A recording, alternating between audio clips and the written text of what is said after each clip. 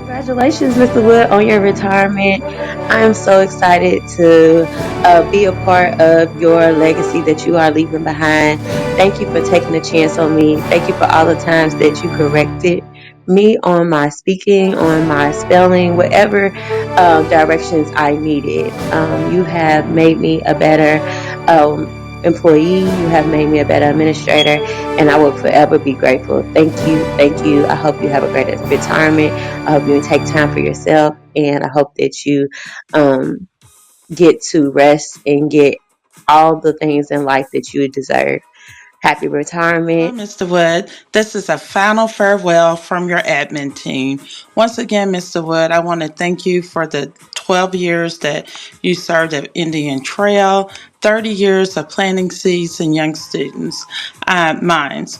One of my favorite memories was when I was in fifth grade teaching social studies, and you were like, Cunningham, I need those social studies scores. And once the scores came in, we celebrated, and I just had a good time, teaching social studies and making sure that the students got their scores. And then in the new building last year, traveling at the MSA conference, had a good time in New York. And then you had the nurse. We went to Las Vegas, and that was some fun times. Again, Mr. Wood, gonna miss you, all your advice and your wisdom, and then you turn them into sermons. You're like, all right, Cunningham, that was for free.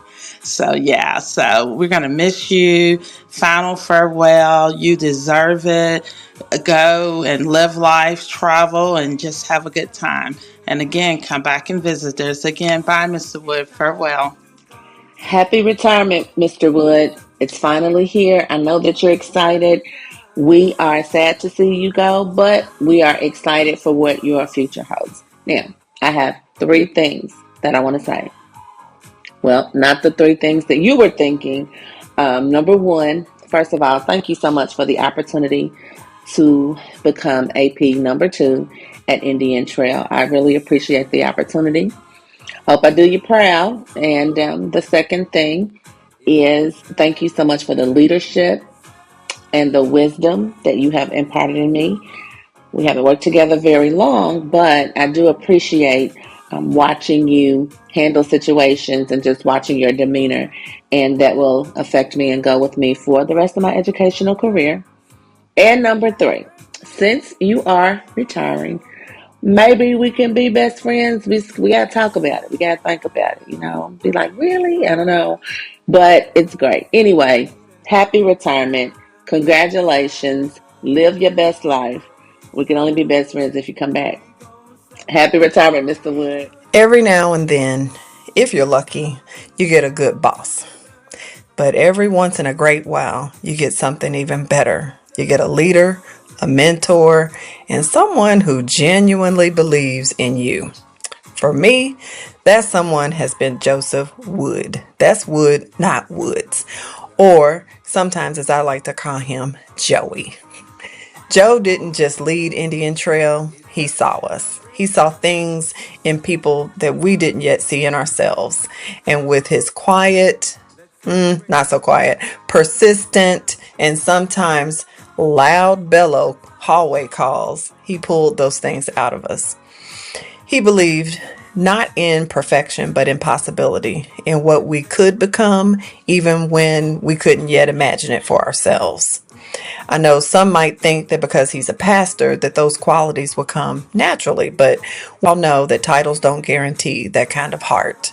Whether as principal or pastor, Joe leads with compassion, patience, and a genuine love for people. And that's rare, especially in today's world. When he came to Indian Trail, we were in a building that was falling apart.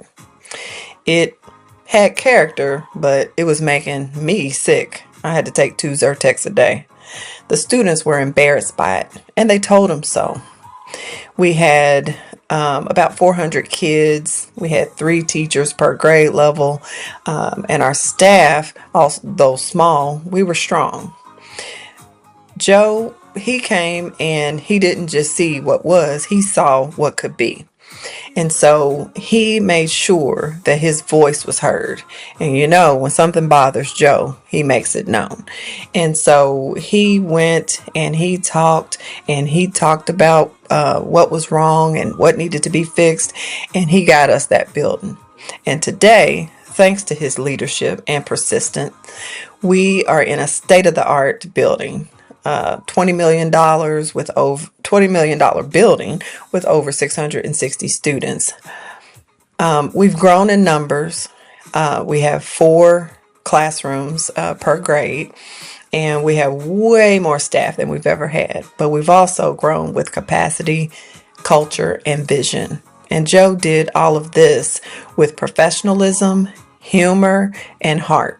Whether it was asking at 10 o'clock in the morning, "What's for lunch?" or calling down the hallway, "Woolridge, Jones, Cunningham, April," whoever he needed at the time, or spoiling us with grilled lunches and breakfast spreads. He led with generosity and with presence.